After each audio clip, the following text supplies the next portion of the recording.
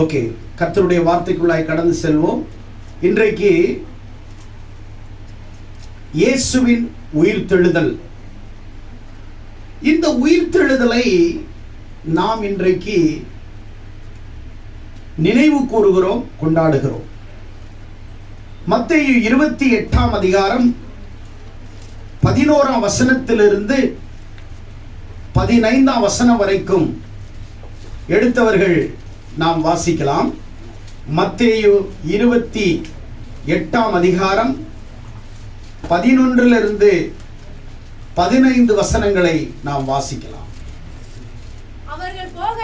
அவர்கள் போகையில் காவல் சேவகர்கள் சிலர் நகரத்துக்குள்ளே வந்து நடந்த யாவற்றையும் பிரதான ஆசாரியருக்கு அறிவித்தார்கள். கவனிங்க பிரியமானவர்களே, ஆண்டவராகிய இயேசு கிறிஸ்துவை பிரதான ஆசாரியர்களும் மூப்பர்களும் வேதபாரர்களும் அவரை காட்டிக் கொடுத்தார்கள், குற்றப்படுத்தினார்கள், குற்றவாளியாக்கினார்கள். அவரை சிலுவையிலே அறைவதற்கு ஆதரவாயிருந்தார்கள். இயேசு கிறிஸ்துவை கைது செய்து அவரை சிலுவையிலே அடித்து கல்லறையிலே வைத்து அடக்கம் செய்த பிறகு அவர்கள் ஒரு கோரிக்கையை வைக்கிறார்கள். யாரிடத்திலே ஒரு கோரிக்கையை வைக்கிறார்கள் என்று சொன்னால், பொந்தி பிலாத்தினிடத்திலே மத்தேயு 27ஆம் அதிகாரம் 62 ஆயத்த நாளுக்கு பின்னான மறுநாளில் பிரதான ஆசாரியரும் பரிசேயரும் பிலாத்தினிடத்தில் கூடி வந்து, ஆண்டவனே, அந்த எத்தன் உயிரோடு இருக்கும் பொழுது 3 நாளைக்கு பின் எழுந்திருப்பேன் என்று சொன்னது எங்களுக்கு ஞாபகமாய் இருக்கிறது. ஆகையால் அவனுடைய சீசர்கள் ராத்திரியில் வந்து அவனை களவாய் கொண்டு போய் மரித்தோர் இருந்து எழுந்தான் என்று ஜனங்களுக்கு சொல்லாதபடி முந்தின எத்தனை பார்க்கிலும் பிந்தின எத்தன் கொடியதாகாதபடி நீர் 3 நாள் வரைக்கும் கல்லறையை பத்திரப்படுத்தும்படி கட்டளையிட வேண்டும் என்றார்கள். அதற்கு பிலாத்து, உங்களுக்கு காவல் சேவர்கள் உண்டு, போய் உங்களால் கூடிய மட்டும் பத்திரப்படுத்துங்கள் என்றார். அவர்கள் போய் கல்லுக்கு முத்திரை போட்டு காவல் வைத்து கல்லறையை பத்திரப்படுத்தினார்கள். பிரியமானவர்களே, இங்கே பிரதான ஆசாரியர்கள், வேதபாரகர்கள், மூப்பர்கள் அவரை சிலுவையில் இருந்து இறக்கி அடக்கம் செய்து முடிந்த பிறகு இவர்கள் போய் பிலாத்தினிடத்திலே ஒரு கோரிக்கை வைக்கிறார்கள். என்ன கோரிக்கை என்றால், இயேசு கிறிஸ்து மீண்டும் 3ஆம் நாள் உயிர்த்தெழுவேன் என்று அவர் மரிப்பதற்கு முன் சொன்ன அந்த வாக்கியத்தை அவர்கள் நினைவு கூர்ந்து அவர்கள் போய் சொல்றாங்க, ரோம பொந்து பிலாத்தினிடத்திலே போய் இந்த கல்லறையை நீங்கள் பத்திரப்படுத்த வேண்டும், உங்கள் காவலாளிகளுடைய உதவி வேண்டும், உடைய அரசாங்க சப்போர்ட் எங்களுக்கு வேண்டும், 3 நாள் வரைக்கும் எங்களுக்கு ஆதரவு கொடுங்கள் என்று அவர்கள் கேட்ட பொழுது பிலாத்து சொல்லுகிறான், இல்லை இல்லை, நீங்களே, உங்களுக்கு சேவகர்கள் உண்டே. அன்றைக்கு டெம்பிள் காட் என்று சொல்லக்கூடிய 350 சேவகர்கள் அந்த சனகரிப்புக்கென்று பிரத்யேகமாக டெம்பிள் காட் என்று சொல்லக்கூடிய அந்த சேவகர்கள் அவர்களுக்கு இருந்தார்கள். ஆகையால் பிலாத்து சொல்லுது சரியாக நமக்கு நினைவிலே வருகிறது. ஒருவேளை அரசாங்கமே காவல் காத்த ஒரு உயிர்த்தெழுந்தா சனகரிப் சொல்லிடுவான், நீங்க காசு வாங்கிட்டு அவனை எடுத்து விட்டுட்டீங்க, நீங்களே ஒரு பொருளியை எழுப்பி விட்டீர்கள் என்று அவர்கள் நினைக்காதபடி பிலாத்து சொல்லுகிறான், உங்களிடத்திலே காவலாளிகள் இருக்கிறார்கள், நீங்களே 3 நாள் வரைக்கும் அந்த கல்லறையை பத்திரப்படுத்துங்கள். அவர்கள் போய் கல்லுக்கு முத்திரை, அவரை அடக்கம் செய்த அந்த கல்லறைக்கு ஒரு முத்திரை போடுகிறார்கள். என்ன முத்திரை என்றால், இயேசு கிறிஸ்து ஒருவேளை உயிரோடு எழுந்திருக்க கூடும், இல்லை உயிரோடு எழுந்தாலும் அந்த கல்லறையை தாண்டி அவரால் வெளியே வர முடியாது என்பதற்காக இயேசு உயிர் தெழக்கூடாது என்பதற்காக கல்லறையின் வாசலிலே ஒரு பெரிய கல்லை கொண்டு வந்து கல்லறைக்கு சீல் வைத்தார்கள். கல்லறைக்கு இரண்டாவது கல்லறையை பத்திரப்படுத்தினார்கள். மூன்றாவது கல்லறையை காவல் காத்தார்கள். நம்பர் 1, கல்லறைக்கு சீல் வைத்தார்கள், கல்லறையை பாதுகாத்தார்கள், கல்லறைக்கு அவர்கள் பத்திரப்படுத்தினார்கள். ஆனாலும் இயேசு கிறிஸ்து அவர் சொன்னபடியே 3ஆம் நாள் அவர் உயிர்த்தெழுந்தார் என்பதற்கான ஆதார சான்றுகள் யார் என்று சொன்னால், அதே சனகரின் சங்கத்தினாலே ஏற்படுத்தப்பட்ட அதே காவலாளிகள். யார் காவல் காத்தார்களோ அவர்களே இயேசு உயிர்த்தெழுந்தார் என்பதற்கு பலமான ரூபிக்கப்பட்ட சாட்சிகளாய் விளங்கினார்கள். ஆகையால் தான் இங்கே எழுதப்பட்டிருக்கிறது, அவர்கள் போகையில் காவல் சேவகர் சில நகரத்துக்கு வந்து நடந்த யாவையும் பிரதான ஆசாரியரிடத்திலே அவர்கள் அறிவித்தார்கள். என்ன அறிவிக்கிறார்கள்?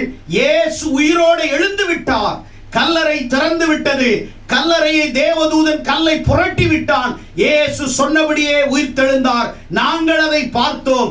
தேவதூதர்கள் வானத்திலிருந்து இறங்கி 2 தேவதூதர்கள் கல்லை புரட்டி அதன் மேல் அமர்ந்து அவர்கள் உயிர்த்தெழுந்ததை அவர்கள் கண்டார்கள், காவலர்கள் கொண்டார்கள். யார் பார்த்ததுன்னா அவர்கள் வைத்திருந்த அவர்களுடைய காவலாளிகள். இயேசு உயிர்த்தெழுந்ததை யார் முதலாவது அறிவித்தார்கள், சொன்னார்கள்? யார் அதை பார்த்தார்கள் என்றால், யார் அவரை காவல் காத்தார்களோ அவர்களே இயேசு உயிர்த்தெழுந்ததை பார்த்து அவர்கள் வந்து பிரதான ஆசாரியரிடத்தில் சொல்லுகிறார்கள், நடந்த எல்லா சங்கதிகளையும் சொல்லுகிறார்கள். இயேசு உயிர்த்தெழுந்து விட்டார். அப்படி சொன்ன உடனே இவங்களுக்கு ஒரு பெரிய பிரச்சனை. என்ன? அவர்கள் மூப்பரோடு கூடி வந்து ஆலோசனை பண்ணி சேவகர்களுக்கு வேண்டிய பணத்தை கொடுத்து, நாங்கள் நித்திரை பண்ணுகையில் அவருடைய சீஷர்கள் ராத்திரியில் வந்து அவனை களவாய் போய்விட்டார்கள் என்று சொல்லுங்கள். இது தேசாதிபதிக்கு கேள்வியானால் நாங்கள் அவரை சம்மதப்படுத்தி உங்களை தப்புவிப்போம் என்று சொல்லுகிறார்கள். இந்த திருட்டு பசங்க என்ன செய்யறாங்க அப்படின்னா, பார்த்த உடனே பிரதான ஆசாரியரிடத்தில் சொல்றாங்க, இயேசு சொன்னபடியே உயிர்த்தெழுந்தார் என்று. கவலைப்படாதீங்க, நீங்க சொல்லுங்க, நாங்கெல்லாம் நித்திரையா இருக்கும் பொழுது அவர்களுடைய சீஷர்கள் உள்ள வந்து அவருடைய சரீரத்தை எடுத்துட்டு போயிட்டாங்க அப்படின்னு நீங்க சொல்லணும் யாருக்கிட்டையும். சரியா? சொன்னதை அப்படியே செய்வீங்களா?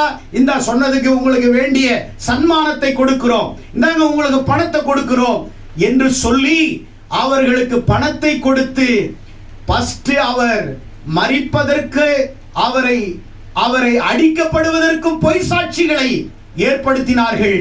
காட்டி கொடுத்ததற்கும் பணத்தை கொடுத்துதான் இயேசுவை பிடித்தார்கள். இயேசுவின் மீது ஒரு குற்றமும் இல்லை என்றாலும் இயேசு குற்றவாளி என்பதற்கு சில சாட்சிகளையும் பணம் கொடுத்து அவர்களை குற்றவாளியாக்கினார்கள். மூன்றாவது, அவர் உயிர்த்தெழுந்ததை அவர்களுடைய காவலர்கள் பார்த்து உயிர்த்தெழுந்தார் என்ற செய்தியை அவர்கள் அறிவித்த போது கூட அதே பிரதான ஆசாரியர்கள் மறுபடியும் பணத்தை கொடுத்து அவர் உயிர்த்தெழவில்லை, அவருடைய சீஷர்கள் எடுத்துக்கொண்டு போய்விட்டார்கள், களவாய் கொண்டு போய் விட்டார்கள் என்று நீங்கள் சொல்லுங்கள் என்று சொல்லி அவர்கள் சொல்லிக் கொடுக்கிறார்கள். யூத தலைவர்கள் இயேசுவின் உடலை தேடவோ காட்டவோ முடிவிலே ஒட்டுமொத்தமாக அவருடைய உடலை எந்த விதத்திலும் எந்த சூழ்நிலையிலும் அவர்கள் காட்டவில்லை. அவர்கள் சொன்னார்கள், என்ன சொன்னார்கள்? இது மாதிரி இயேசுவை அவர்கள் சீஷர்கள் களவாய் கொண்டு போய் விட்டார்கள் என்று. நல்ல கவனிக்க வேண்டும் பிரியமானவர்களே. காவல் அவர்கள் காக்கிறார்கள், தோட்டம் அவர்கள் கண்ட்ரோல்ல இருக்குது, கல்லறை அவர்கள் கண்ட்ரோல்ல இருக்குது, அரசாங்கத்தினுடைய எல்லாம் அவர்கள் கண்ட்ரோல்ல இருக்குது. அவர்களுடைய சனகரிப்பினுடைய சொந்த அவர்களுடைய காவலாளிகள் அதனுடைய கண்ட்ரோல்ல இருக்கிறாங்க. எப்படி சீஷர்கள் உள்ளே நுழைய முடியும்? தோட்டத்தின் வாயிலிலே காவல், தோட்டத்துக்கு உள்ளே காவல், மூன்றாவது கல்லறைக்குள்ளே காவல், சுற்றிலும் காவல் இருக்கும் பொழுது சீஷர்கள் எப்படி உள்ளே வர முடியும்? இல்லை, சீஷர்கள் உள்ளே வந்து கல்லறை எப்படி உடைக்க முடியும்? ஏனென்றால் சீல் வைக்கப்பட்டிருக்கிறதே. அதை மனுஷனால பெரட்ட முடியாதே, மனுஷனால தள்ள முடியாதே, மனுஷனால் அதை ஒன்றும் செய்ய முடியாதே. எப்படி அந்த கல்லை அவர்கள் புரட்ட முடியும்? எப்படி புரட்டும் பொழுது சத்தம் வராதா? இல்லை உடைக்கும் பொழுது சத்தம் வராதா? அல்லது கல்லை அதை நகர்த்தி வைக்கும் பொழுது சத்தம் வராதா? அதுவரைக்கும் உங்கள் காவலாளிகள் காவல் காத்தார்களா? இல்லை. காவல் காக்க வேண்டியவர்கள் காவல் காக்காமல் தோட்டத்தை விட்டு வெளியே ஓடிவிட்டார்களா? 350 சேவகர்கள், ஒரு காவலாளி அல்ல, 350 காவலாளிகள் இருக்கக்கூடிய இடத்திலே எப்படி சீஷர்கள் உள்ளே நுழைய முடியும்? ஒரு சீஷன், ஒரு காவலாளி தூங்கினாலும் மீதி 349 சேவர்கள் எப்படி தூங்க முடியும்? இல்லை, எப்படி வர முடியும்? பகலிலும் வர முடியாது, இரவில் ஷிஃப்ட் போட்டு காக்குறாங்க, ரொம்ப டைட் ஷெட்யூல் செக்யூரிட்டி இருக்கிறாங்க, எப்படி வர முடியும்? ஆனால் இயேசு சொன்னபடியே அவர் 3வது நாள் உயிர் தெழுந்தார். ஏன் உயிர் தெழுந்தார்? எப்படி உயிர் தெழுந்தார்? அவரால் உயிர் தெழ முடியுமா? உயிர் தெழுவதற்கு யார் அவருக்கு அதிகாரம் கொடுத்தது? இல்லை, அவராகவே எழுப்பினாரா? அல்லது அவரை யாராவது எழுப்பினார்களா? அல்லது எப்படிப்பட்ட சூழல் நடந்தது என்பதை நாம் பார்க்கும் பொழுது பரிசுத்த வேதாகமத்திலே இயேசு வாழ்ந்த நாட்களிலே, மரிப்பதற்கு முன்பாக வாழ்ந்த நாட்களிலே இயேசு அநேக அற்புதங்களை செய்தார். மொத்தம் பைபிள்ல 10க்கும் மேற்பட்டவர்கள் உயிரோடு எழும்பி இருக்கிறார்கள். பழைய ஏற்பாட்டிலே 3 சடலங்கள் உயிர்ப்பிக்கப்பட்டிருக்கிறது. ஒன்று எலியா, அவருடைய வாழ்க்கையிலே மிகப்பெரிய ஒரு அற்புதத்தை செய்தார்.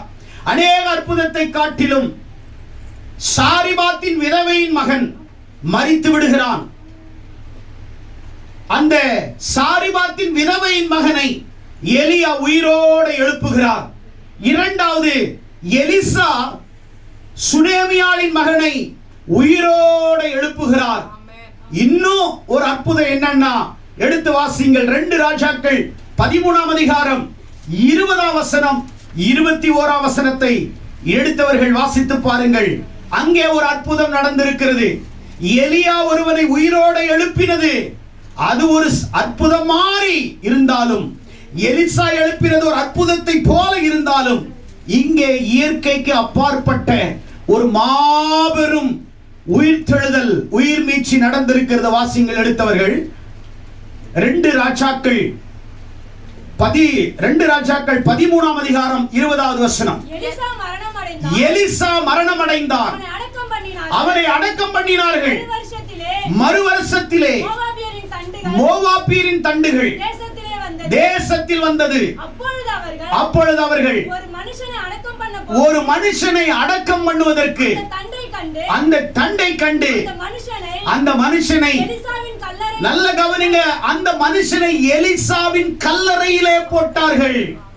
எலிசா செத்து 1 வருடத்திலே மோவாபியருடைய யுத்தத்திலே ஒரு மரித்த ஒருவனை கொண்டு வந்து எலிசா வைக்கப்பட்ட கல்லறையிலே அவனை கொண்டு வந்து போட்டார்கள். என்ன நடந்தது வாசிங்கள்.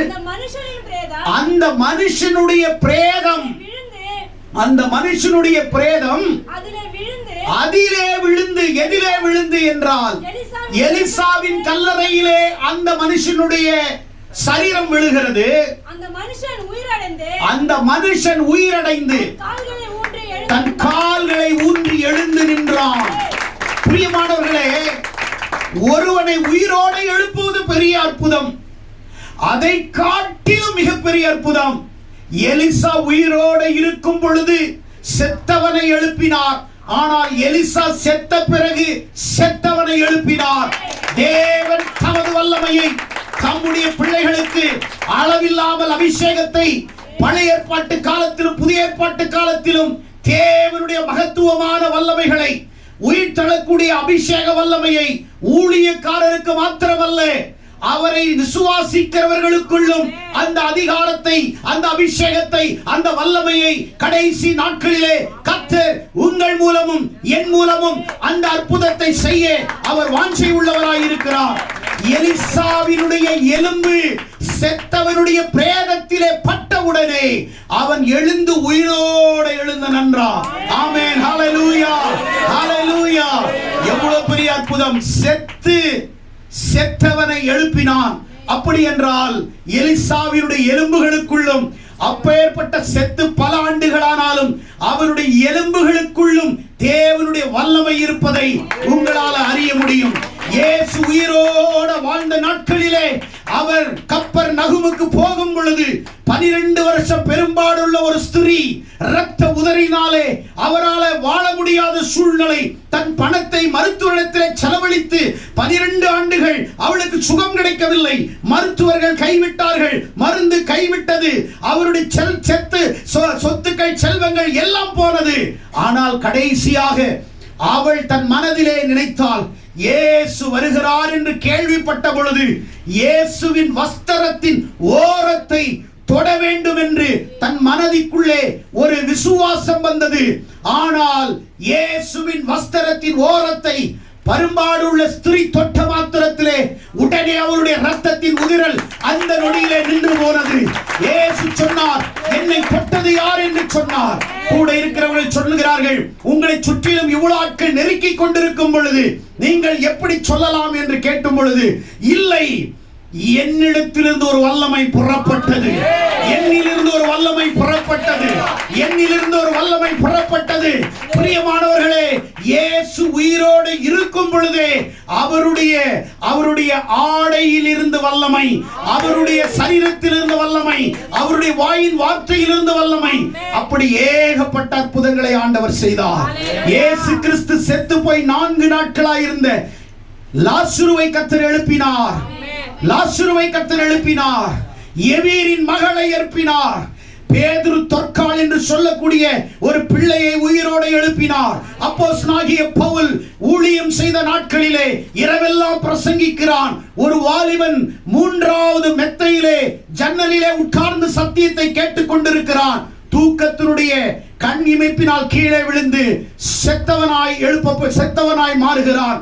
ஆனால் பவுல் அவனை தூக்கி அவனுக்கு உயிரை கொடுத்தார்.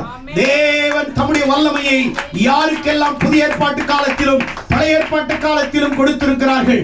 பிரியமானவர்களே, ஒன்றை உங்களிடத்திலே சொல்லி நான் விடைபெறுக விரும்புகிறேன். நல்ல புரிந்து கொள்ளுங்கள். இயேசு உயிர்த்தெழுந்தார் என்ற செய்தி அவங்களுக்கு நல்லாவே தெரியும். பரிசேயர்களுக்கு தெரியும், சதுசேயர்களுக்கு தெரியும், சனகரிப்பு சங்கத்துக்கு தெரியும், பிரதான ஆசாரியர்களுக்கு தெரியும், பொந்திய பிலாத்துக்கு தெரியும். அது மட்டும் சேவர்களுக்கு தெரியும்.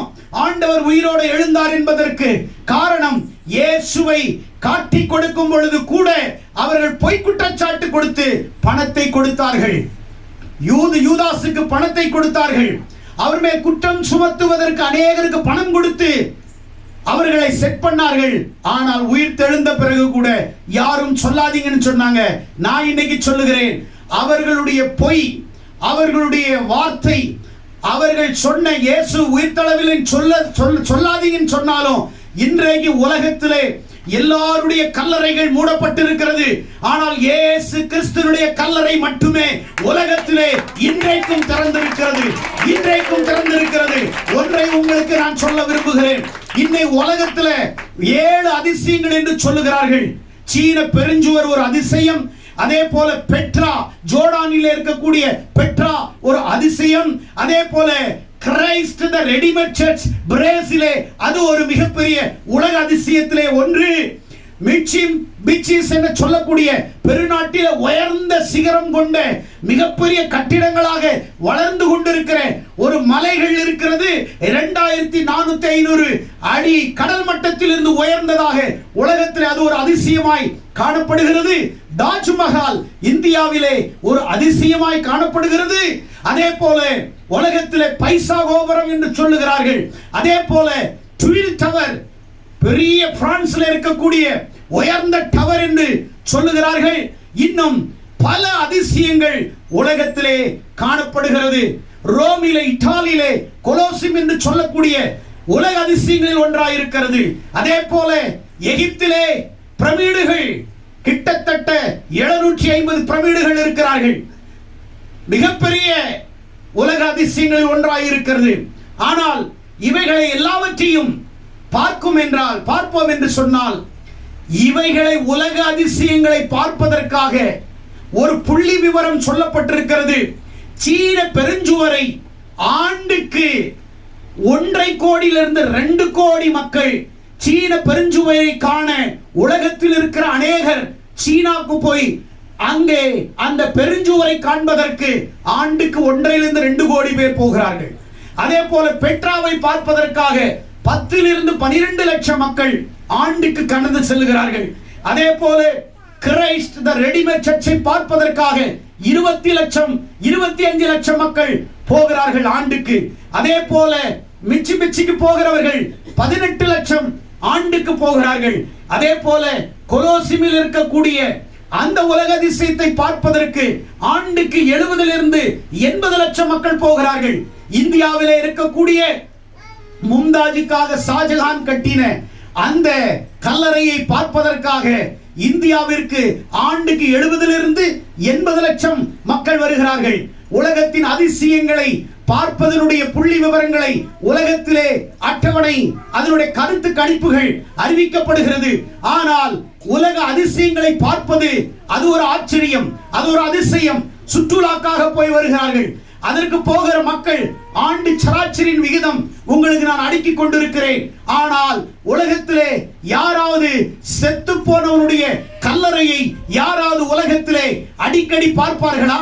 அல்லது அந்த கல்லறையை பார்ப்பதற்கு உலகத்திலே யாராவது செல்வார்களா? ஆனால் என் ஆண்டவராகிய இயேசு கிறிஸ்து எருசலேமிலே அவருடைய கல்லறை, அவரை வைத்த கல்லறையை பார்ப்பதற்காக ஆண்டுக்கு ஒரு முறை 4.5 மில்லியன் மக்கள் அந்த காலியான கல்லறையை பார்ப்பதற்காக உலகத்திலிருந்து ஒவ்வொரு ஆண்டும் 4.5 மில்லியன் மக்கள் கடந்து செல்கிறார்கள். கடந்த 100 ஆண்டுகளினுடைய சதவீத எண்ணிக்கையை எடுத்து பார்ப்பால் 450 கோடி மக்கள் பார்த்திருக்கிறார்கள்.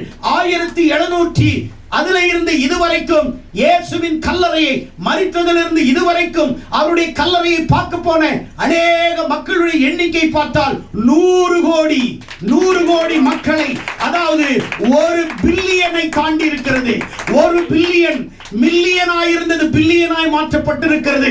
உலகத்தில் இன்றைக்கு அவருடைய அதிசயங்களை பார்ப்பதற்காக காரல் மார்க்ஸ் என்று சொல்லக்கூடிய தத்துவ மேதை, பொருளாதார நிபுணர் லண்டனில் அவருடைய கல்லறை வைக்கப்பட்டிருக்கிறது. அந்த கல்லறையை கூட இவ்வளவு பேர் பார்க்கவில்லை. சீனாவினுடைய முதல் அரசனாக ரெவோட்டோ என்று சொல்லக்கூடிய அந்த சீனாவுடைய முதல் அரசன், அவன் போய் அவருடைய கல்லறை 19ஆம் நூற்றாண்டிலே அது ஆரம்பத்திலிருந்து கண்டுபிடிக்கப்பட்டு சமீபத்தில் அவருடைய கல்லறை கண்டுபிடித்து வித்தியாசமான இசைகளோடு கூட அந்த கல்லறையை காத்து அது ஒரு டூரிஸ்ட் பிளேஸ் ஆக வைத்திருக்கிறார்கள். ஆனால் அந்த கல்லறைக்கு கூட மக்கள் அவ்வளவு போகவில்லை, அந்த கல்லறை கூட மக்கள் பார்க்கவில்லை. ஆனால் உலகத்திலே 194 மக்கள் வாழக்கூடிய இந்த இடத்திலே அவர்கள் இன்றைக்கு அந்த கல்லறையை பார்க்க போகிறார்கள். இயேசு உயிர்த்தெழவில்லை என்று சதுசேயர்களும் பரிசேயர்களும் இன்னும் அவர்களுடைய காவலாளிகளும் அதை மறுக்கலாம்.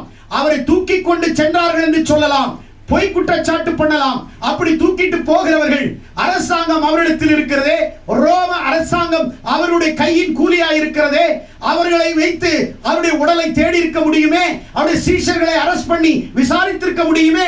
ஒரு சீஷனை விசாரிக்கவில்லை, அவருடைய உடலை எங்கேயுமே காணவில்லை. அப்படியே அவருடைய உடலை அவர் திருடி கொண்டு போனாலும் நாங்கள் கண்டுபிடித்து விட்டோம், கலிலேயாவில் கிடைத்தது அவருடைய பாடி, அல்லது யோப்பாவில் கிடைத்தது, அல்லது எகிப்திலே கிடைத்தது, அல்லது எரிகோவிலே கிடைத்தது என்று அவர்கள் சொல்லியிருக்கலாமே. ஏன் அதற்கு பிறகு நியூஸ் வரவில்லை? அதற்கு பிறகு ஏன் இன்ஃபர்மேஷன் வரவில்லை? அதற்கு பிறகு இயேசு உயிர்த்தெழுந்தார் என்று தான் உலகமெங்கிலும் கொண்டாடும் பொழுது மறுக்கப்படவில்லை. இயேசுவின் உயிர்த்தெழவில்லை, அதற்கு நாங்கள் சாட்சிகள் என்று யாருமே சொல்லவில்லை. ஆனால் அப்போஸ்தலனாகிய பேதுருக்கள், அதே மாதிரி சீஷர்கள், அப்போஸ்தலர் 2ஆம் அதிகாரம் 24ஆம் வசனம் 32ஆம் வசனம் கூறுகிறது. பேதுரு சொல்லுகிறான், இயேசு கிறிஸ்துவை தேவன் மரணத்திலிருந்து எழுப்பினார் என்பதை நாங்கள் சாட்சி. High witness. இயேசு உயிர்த்தெழுந்ததற்கு நாங்கள் சாட்சி என்று சொல்லுகிறார்கள். இயேசு மரித்ததை மறுக்க முடியாது, மறுதலிக்க முடியாது, எதையுமே செய்ய முடியாது. இயேசு यीशु मसीह दुनिया में आके खून पर क्रूस पर आपके के लिए 2 साल के पहल वो परमेश्वर आपके लिए खून दिया है, आपके लिए जीवन दिया है। ये दुनिया में बहुत सारी टॉम है, बहुत सारी टॉम है, लेकिन किसी का टॉम में भी अभी बंधा है, लेकिन यीशु मसीह आज जिंदा है। आज इस्राएल देश में आप टॉम में जाके देव यीशु मसीह आप वो रेसरेशन इज नॉट हियर, ही रेसरेशन அவர் உயிர் தெழுந்து விட்டார், वो जिंदा उठ गया है, ऐसे लिखा है। कितना सारी टॉम ऐसे बंधा है, लेकिन मसीह का टॉम आज भी खुला है। आप जो के जाके देख सकते हैं, किधर भी जाके देख सकते हैं। ये दुनिया में मसीह आया, वो जिंदा है, आज जिंदा है आपके लिए, वो जिंदा है, आने वाला है। परमेश्वर जल्दी आने वाला है। सब थाली बजा के परमेश्वर को विनती करेंगे। Hallelujah, hallelujah. यीशु கிறிஸ்து அவர் யாரும் அவரை கொண்டு போய் மறைக்க முடியாது, அவரை அடக்கம் செய்ததை ஆண்டவர் அங்கே அடக்கம் செய்த இடத்திலே உயிர்த்தெழுந்தார்। அதற்குண்டான ஆதாரங்கள் அடுக்கடுக்காக சொல்லிக்கொண்டே போகலாம்। பிரியமானவர்களே, வேதம் சொல்லுகிறது இயேசு உயிர்த்தெழுந்தார்। அதற்கு பேதுரு சொல்லுகிறான், அதற்கு நாங்கள் சாட்சிகள்। ரோமர் 1ஆம் அதிகாரம் 5ஆம் வசனத்தை எடுத்தவர்கள் வேகமாய் வாசித்து பாருங்கள்। ரோமர் 1ஆம் அதிகாரம் 5ஆம் வசனத்தை எடுத்தவர்கள் வாசிங்கள்। மாம்சத்தின்படி தாவீதின் சந்ததியிலே பிறந்தவரும் பரிசுத்தமுள்ள ஆவியின்படி தேவனுடைய சுதன் என்றும் மரித்தோரிலிருந்து உயிர்த்தெழுந்ததினாலே பலமாய் ரூபிக்கப்பட்ட தேவனுடைய குமாரன் என் இயேசு உயிர்த்தெழுந்தார் என்பதற்கு பலமான சாட்சிகள் இருக்கிறது। அவர் மரிக்கவில்லை என்பதற்கு சாட்சி இல்லை, மரித்தார் என்பதற்கு சாட்சி இருக்கிறது, உயிர்த்தார் என்பதற்கு சாட்சி இருக்கிறது। இன்றைய உலகத்தினுடைய சரித்திர வரலாற்று யாரை கொண்டு எப்படி பிறந்தது என்றால் கிபி கிறிஸ்துவுக்கு முன் இயேசு வரலாற்றின் மத்திய புருஷனாயிருக்கிறார், இயேசு வரலாற்றினுடைய நாயகனாயிருக்கிறார், இயேசு வரலாற்றினுடைய சின்னமாயிருக்கிறார்। இயேசு இந்த உலகத்திலே வந்ததனுடைய நோக்கம் உன்னையும் என்னையும் ஆசீர்வதிப்பதற்காக, உன்னையும் என்னையும் மீட்டெடுப்பதற்காக। பிரியமானவர்களே, இப்படி அடுக்கிக் கொண்டே போகலாம், சான்றுகள் அடுக்கிக் கொண்டே போகலாம், இயேசுவை குறித்து சொல்லிக் கொண்டே போகலாம்। பிரியமானவர்களே, உலகத்திலே அநேக மதங்கள் இருக்கிறது। ஏன் மதீனாவிலே அல் மஜித் என்று சொல்லக்கூடிய இடத்திலே நபிகள் நாயகனுடைய கல்லறை இருக்கிறது। அவரை சார்ந்த 2 சகோதரர்கள் அபூபக்கர் உமர் என்று சொல்லக்கூடிய 2 சகோதரர்கள் பக்கத்திலே உறங்கிக் கொண்டிருக்கிறார்கள்। இன்றைக்கு அவருடைய கல்லறையை பார்ப்பதற்கு மதீனாவிற்கு சகோதரர்கள் ஓடிக்கொண்டிருக்கிறார்கள், பார்த்து கொண்டிருக்கிறார்கள்। உலகத்திலே மிகப்பெரிய பிரபலமானவருடைய கல்லறையை பார்க்க போகிறார்கள்। ஆனால் கல்லறை இருக்கிறது, திறக்கப்படவில்லை। இயேசுவின் கல்லறை மூடப்படவில்லை। இயேசு உயிர்த்தெழுந்தார்। He is not here, he risen. ஆமென். எத்தனை பேர் விசுவாசிக்கிறீர்கள்? அவர் இங்கே இல்லை, உயிர்த்தெழுந்தார்।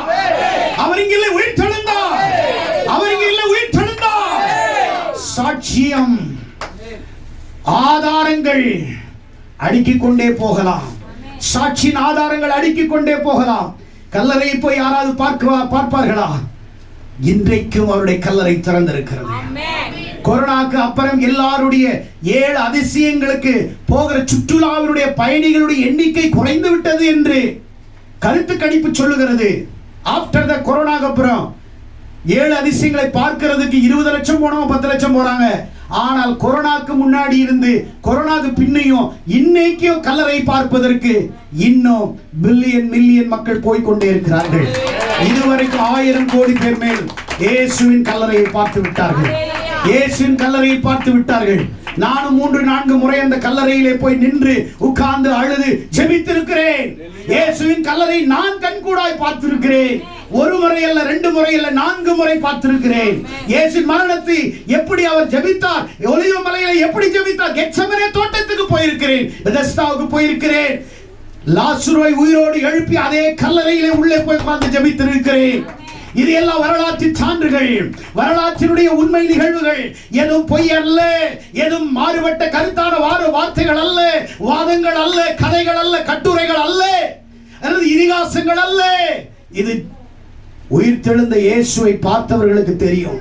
நாங்கள் அதற்கு சாட்சிகள், நாங்கள் அதற்கு சாட்சிகள், நாங்கள் அதற்கு சாட்சிகள். இயேசு மரித்த பிறகு கூட, அவர் உயிர்த்தெழுந்த பிறகு கூட இந்த சமுதாயத்தை எப்படி நேசித்தார் என்று தெரியுமா? யூத சடங்குகளில், யூத சட்டத்தில் பெண்களை மதிக்க மாட்டார்கள், பெண்கள் சாட்சி சொல்ல அனுமதிக்க மாட்டார்கள். ஆனால் யார் எந்த பெண்கள் மதிக்கப்படலையோ, இயேசு உயிர்த்தெழுந்த பிறகு முதல் பெண்ணை பார்த்து தன்னை வெளிப்படுத்தி பெண் சொல்லுவதை மதிக்க வேண்டும் என்று சீஷர்களிடத்தில் போய் சொல்லுங்கள். எந்த யூத சமுதாயத்திலே பெண்களை நசுக்கி வைத்தார்களோ அவர்களுடைய சாட்சி ஒவ்வாமல், அவருடைய சாட்சிகளை ஏற்றுக்கொள்ளாமல், இயேசு உலகத்தின் சமுதாயத்திலே பெண்களுக்கு சமத்துவத்தின் காரியத்தையும், பெண்களை மரியாதையை மதிக்கக்கூடிய பாடத்தையும் கற்றுக் கொடுத்தார். மகதலேனா மரியாளுக்கும் தோன்றினார். யோவன்னா சூசன்னலா ஆண்டவர் தோன்றினார். 1 கொரிந்தியர் 15ஆம் அதிகாரத்திலே நீங்கள் பார்ப்பீர்களானால் இயேசு கிறிஸ்து 500க்கும் மேற்பட்டவர்களுக்கு அவர் சாட்சிகள், அவர் உயிர்த்தெழுந்த 500க்கும் மேற்பட்டவர்களுக்கு அவர் தன்னை வெளிப்படுத்தினார். கிட்டத்தட்ட இயேசு உயிர்த்தெழுந்த 40 நாள் இதே பூமியிலே, இதே இஸ்ரவேல் தேசத்திலே மறுபடியும் 500க்கும் மேற்பட்டவர்களுக்கு தன்னை காண்பித்தார். இயேசு கிறிஸ்து எம்மாவூர் போற சீஷர்களுக்கு காண்பித்தார், சகோதரிகளுக்கு காண்பித்தார். எத்தனையோ பேர் இயேசு கிறிஸ்து உயிருள்ளவராய் காண்பித்தார். இவங்க ஓடிட்டாரு, தூக்கிட்டு போயிட்டாங்க, ஒளிச்சிட்டான்னு சொன்னாரு. இயேசு உயிர்த்தெழுந்து 40 நாள் அங்க இருந்தார். இவங்க சொல்லுவாங்கன்னு தெரியும், டேய் இதோ பாரு நான் இருக்கிறேன், இதோ எம்மாவூர்ல இருக்கிறேன், கலிலேயாவில் இருக்கிறேன். பூட்டின வீட்டின் கதவை தட்டி போகவில்லை, கதவு திறக்காமலே உள்ளே போய் உங்களுக்கு சமாதானம் என்று சொன்னார். சமாதானம் என்று சொன்னார். எனக்கு வேண்டாம் ஊழியன் ஓடின பேதுருவை தேடிக்கொண்டு போய் என் ஆடுகளை மேய்ப்பாயா என்று சொல்லி அந்த இடத்திலே ஆண்டவர் அவங்களை பார்த்து சொல்லுகிறார். தோமாவை பார்த்து நீ ஏன் சந்தேகப்பட்டாய்? என் கைகளிலே உன்னுடைய விரலை விட்டு பார், இதோ காயம் என்று சொல்லி தன்னை வெளிப்படுத்தினார்.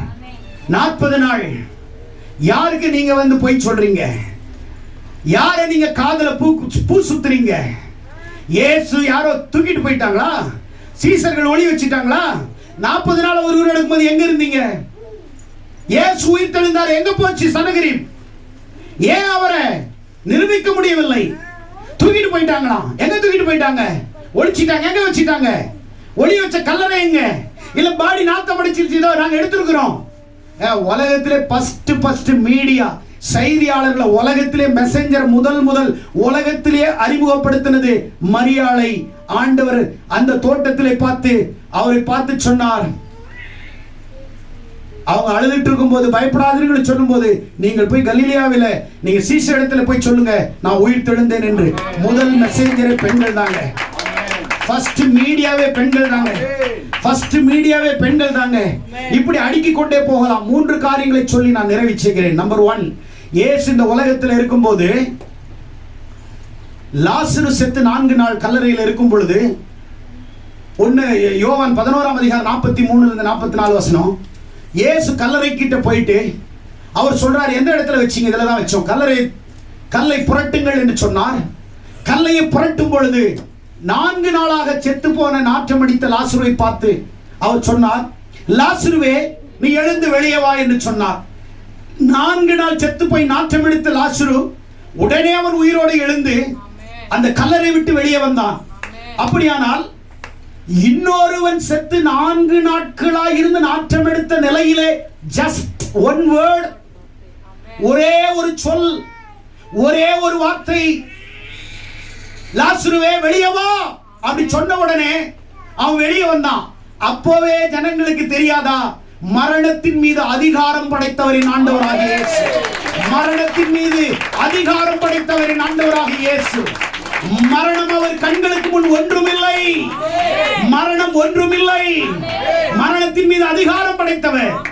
இங்கே இயேசு யாரை எழுப்புகிறார் என்றால் லாசருவை எழுப்புகிறார். அப்போஸ்தலர் 2ஆம் அதிகாரத்திலே, அப்போஸ்தலர் 3:15 நீங்கள் வாசிப்பீர்களானால், அப்போஸ்தலர் 3ஆம் அதிகாரம் 15வது வசனத்திலே இங்கே எடுத்தவர்கள் வாசிங்கள். ஜீவாதிபதியை கொலை செய்தீர்கள். அவரை தேவன் மரித்தோரிலிருந்து எழுப்பினார். அதற்கு நாங்கள் சாட்சிகள். இரண்டாவது சொல்லுகிறேன், கல்லறையிலே வைத்த இயேசுவை பிதாவாகிய தேவன் சொன்னபடியே மூன்றாம் நாள் அவரை இயேசுவை உயிரோடு எழுப்பினார்.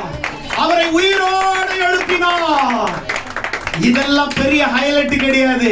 லாசரு உயிரோட எழுந்ததெல்லாம் பெரிய அற்புதம் கிடையாது. இயேசு உயிரோட எழும்பினது அதெல்லாம் பெரிய அற்புதம் கிடையாது. என்னங்க அற்புதம்? 1 தெசலோனிக்கேயர் 4ஆம் அதிகாரம் 16-17 வசனங்களை வாசிங்கள். லாசரு உயிரோட வந்தது எனக்கு அற்புதமா தெரியல. இயேசு உயிர் தெழுந்தது கூட எனக்கு அது கூட பெரிய அற்புதமா தெரியல. 1 தெசலோனிக்கேயர் 5ஆம் அதிகாரம் 16-17 வாசிங்கள். ஏனெனில் கர்த்தர் தாமே ஆரவாரத்தோடும் பிரதான தூதனுடைய சத்தத்தோடும் தேவ எக்காலத்தோடும் வானத்திலிருந்து இறங்கி வருவார். அப்பொழுது கிறிஸ்துவுக்குள் மரித்தவர்கள் முதலாவது எழுந்திருப்பார்கள். லாசரு எழும்பினது, மீண்டும் செத்தான். லாசரு மறுபடியும் இறந்தான். தொற்கால் மறுபடியும் செத்தான். எலிசாவின் கல்லறையிலிருந்து எழுப்பினன் மறுபடியும் செத்தான். எலியா எழுப்பினது மறுபடியும் செத்தான். எல்லாரும் எழுப்பினவர்கள் மறுபடியும் மரணத்தை தழுவினார்கள். ஆனால் இயேசு கடைசியாக அவர் எக்கால சத்தத்தோடு வானத்திலிருந்து இறங்கி வரும் பொழுது கிறிஸ்துவுக்குள் மரித்து உலகத்திலே எல்லா நாடுகளிலும் மரித்து எல்லா அடக்கம் செய்யப்பட்ட சகல பரிசுத்தவான்கள் சகல விசுவாசிகள் கிறிஸ்துவுக்குள் மரித்தவர்கள் அவருடைய சத்தத்தை கேட்கிற காலம் வரப்போகிறது. எக்கால சத்தத்தை கேட்கிற காலங்கள் வரப்போகிறது. உயிரோடு இருக்கிறவர்களுக்கும் அந்த சத்தம் கேட்கும். மரித்து பல ஆண்டுகளாக கல்லறையிலே நித்திரை செய்தவர்களுக்கும் அந்த சத்தம் கேட்கும். அந்த குரல் கேட்கும். அந்த குரல் அவங்களுக்கு கேட்கும். அந்த சத்தம் அவர்களுக்கு கேட்கும். எக்கால சத்தம் தொனிக்கும் பொழுது எல்லா மரித்தவர்கள் கிறிஸ்துவுக்குள் மரித்தவர்கள் முதலாவது எழுந்திருப்பார்கள். அப்படியானால் லாசரு எழுப்பினது பெருசல்ல, இயேசு உயிரோடு எழுப்பினது பெருசல்ல. உன்னையும் என்னையும் இயேசு கடைசி நாட்களிலே உன்னையும் என்னையும் எழுப்ப போகிறார். உன்னையும் என்னையும் எழுப்ப போகிறார். That is the miracle. That is the image. இதுதான் மிகப்பெரிய மாற்றம்.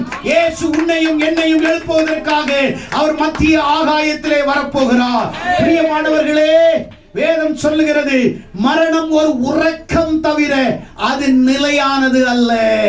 கரங்களை தட்டி ஆண்டவருக்கு நன்றி சொல்வோம். மரண உறக்கம், மரணம் ஒரு உறக்கம், மரணம் ஒரு நித்திரை தானே ஒழிய அது நிரந்தரமாகாது. அது நிரந்தரமாகாது. உறங்கிக் கொண்டிருக்கிற நம்மை பார்த்து ஒரு நாள் கர்த்தரின் சத்தம் கேட்கும் பொழுது நாம் எல்லோரும் உயிரடைந்து எல்லோரும் மத்திய ஆகாயத்திலே அவரோடு கூட ஆளுகை செய்வோம். எத்தனை பேர் சுவாசிக்கிறீர்கள்? எத்தனை பேர் சுவாசிக்கிறீர்கள்? அதற்கு அப்புறம் நமக்கு பயம் இல்லை. அதுக்கப்புறம் நமக்கு அழிவில்லை. அதுக்கப்புறம் நமக்கு மரணம் இல்லை. ஆகையால் தான் 1 கொரிந்தியர் 15ஆம் அதிகாரத்திலே வாசித்து முடிப்போம். 15:51 எடுத்தவர்கள் வாசிங்கள். 1 கொரிந்தியர் 15. இதோ உங்களுக்கு நான் ஒரு ரகசியத்தை சொல்லுகிறேன். நாம் எல்லோரும் நித்திரை அடைவதில்லை. ஆகிலும் கடைசி எக்காலம் தொனிக்கும் போது ஒரே நிமிஷத்திலே ஒரு இமைப்பொழுதிலே நாம் எல்லோரும் மறுரூபமாக்கப்படுவோம். ஒரே ஒரு நிமிஷம், ஒரே ஒரு மறுரூபத்திலே நாம் மறுரூபமாக்கப்படுவோம். எக்காலம் தொனிக்கும். அப்பொழுது மரித்தோர் அழிவில்லாதவர்களாய் எழுந்திருப்பார்கள். நாமும் மறுரூபமாக்கப்படுவோம். அவரோடு கூட ஆளுகை செய்ய போகிறோம். எத்தனை பேர் சுவாசிக்கிறீர்கள்? மறுரூபமாக்கப்படுகிற நாள் வரப்போகிறது. எழுப்பப்படுகிற நாட்கள் வரப்போகிறது. வாழ்க்கை குறித்து கவலைப்படாதே. வாழ்க்கை குறித்து நினைக்காதே. உலகத்தை வெறு, உலகத்தை விடு. ஆண்டவருக்காக வாழு, ஆண்டவருக்காக ஜீவி. உனக்கும் எனக்கும் நிரந்தரமான மரணம் இல்லை. அது தற்காலிகமான உறக்கம் அல்லது நித்திரை.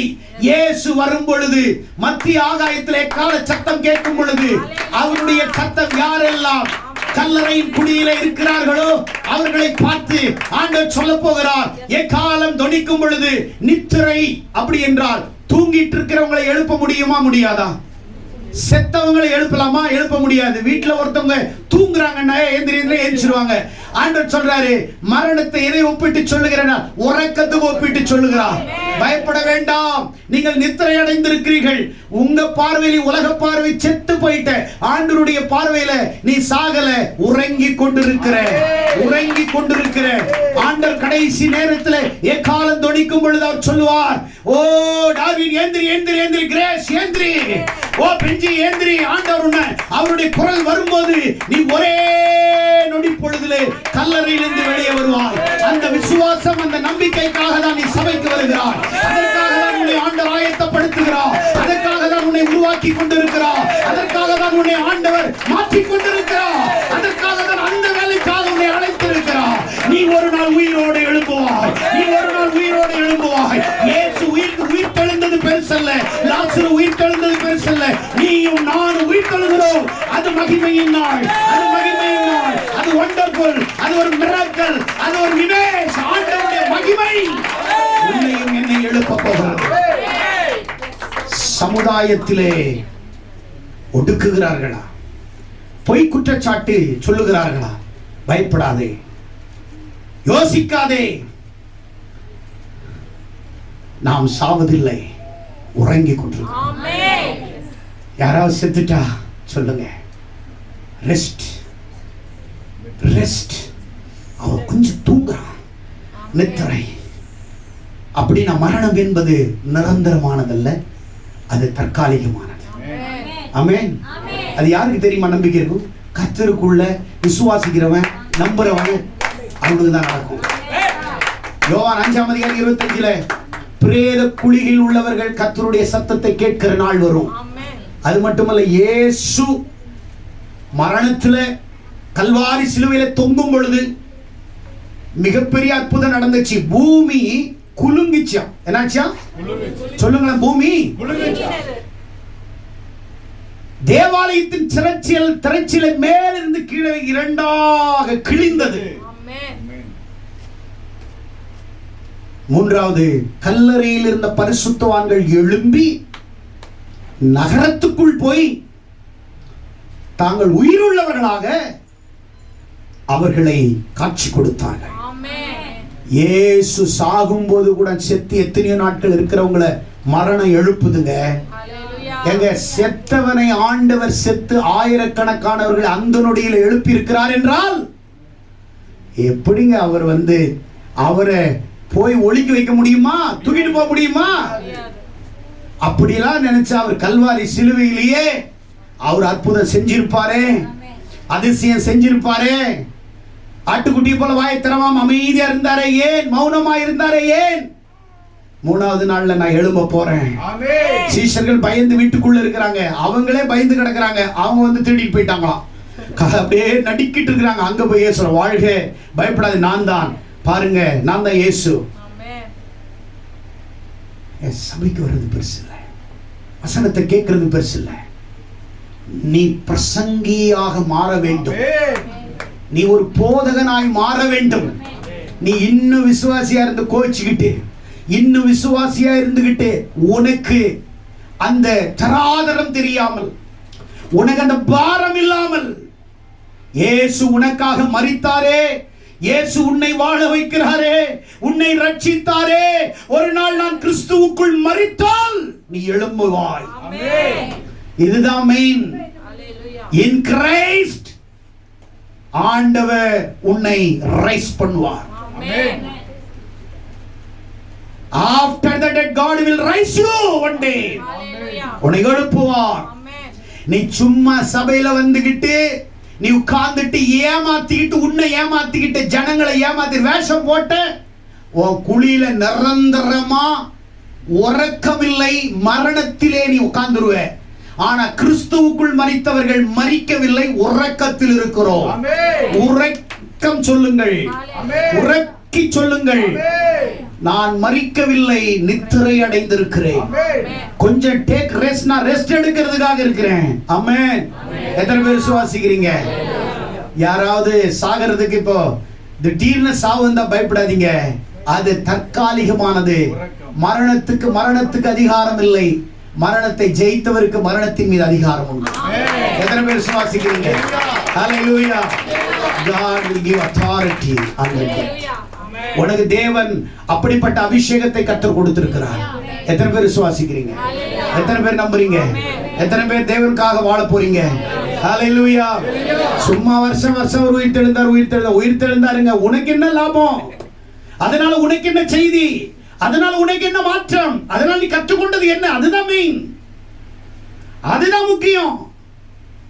இயேசு இந்த உலகத்தில் வந்த பிறகு காலியான கல்லறை எல்லாரும் பார்க்கிறபடி இருக்குது. என்னைக்கும் திறந்திருக்குது. உலகத்திலே மக்கள் அதிகமாக போய் பார்த்து இயேசுவின் கல்லறை. நீயும் நானும் உயிர்த்தெழுவோம். எல்லாரும் அடக்கம் பண்ணிட்டு அழுகுறாங்க. ஆனால் இயேசு கிறிஸ்துக்குள் செத்தவனை அல்ல கிறிஸ்தவர்கள் அடக்கம் பண்ணும்போது பாட்டு பாடி, பரலோகமே என் சொந்தமே என்று காண்பேனோ, பாட்டு பாடி பரலோகத்தை நான் காண்பாப்பா. ஒரு நம்பிக்கை.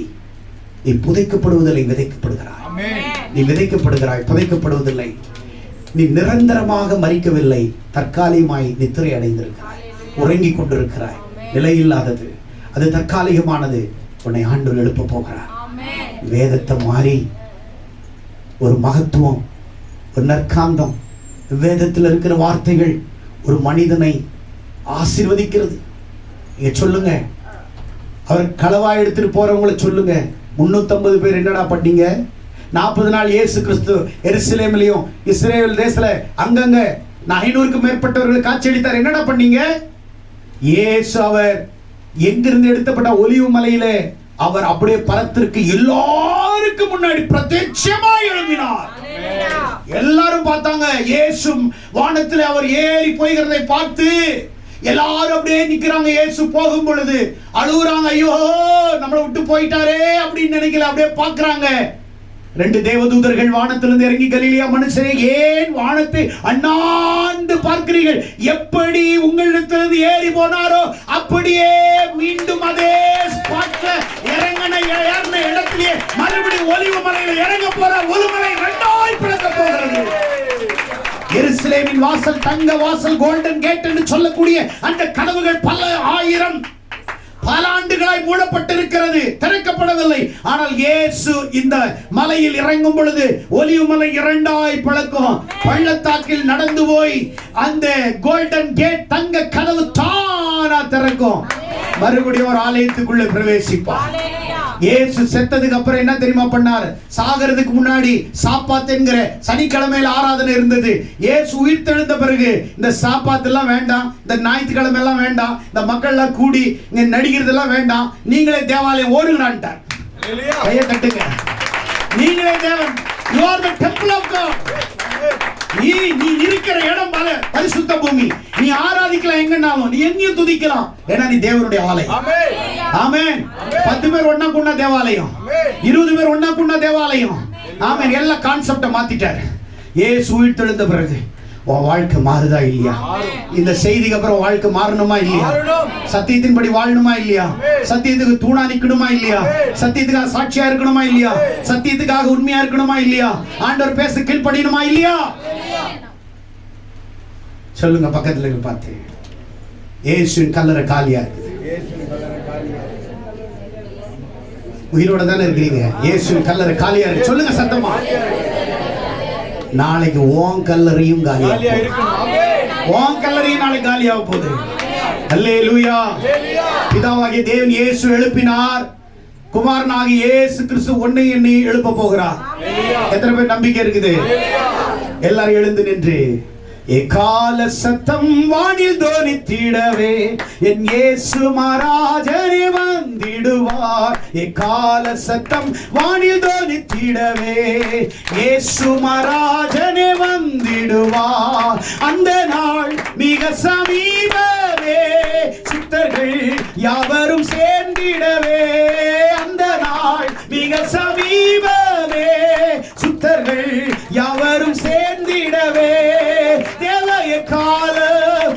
வானில் முழங்க தேவாதி தேவனை சந்திப்போமே. தேவ எக்காலம் வானில் முழங்க தேவாதி தேவனை சந்திப்போமே. எக்கால சத்தம் வானில் தோனித்திடவே. வாய் திறந்து இயேசு மகாராஜனே வந்திடுவார். கால சத்தம் வானில் தோனித்திடவே என் இயேசு மகாராஜனே வந்திடுவார். இக்கால சத்தம் வானில் தோனித்திடவே என் இயேசு மகாராஜனே வந்திடுவார். ஆண்டவர் கண்ணிமிக்கும் நேரத்துல நம்மளை மாத்திடுவார். நான் செஞ்சிருவாரா? கண்ணிமைக்கும் நேரத்துல மாத்திடுவாராம். நம்ம பறந்து போயிடுவோமா? அல்லேலூயா, அல்லேலூயா. பாஸ்டர், உயிர் தெழுந்த பிறகும் அங்க எப்படி இருப்போம் பாஸ்டர்? அங்கெல்லாம் ஒன்றும் இருக்க மாட்டீங்க சிஸ்டர். உங்க பாடி எங்கேயோ முடிஞ்சிருச்சு, நீங்க அப்படியே ஸ்பிரிட்ல தான் இருப்பீங்க. என்ன பாடியோட போனா எத்தனை பாடியை கெடுப்பீங்களோ தெரியல.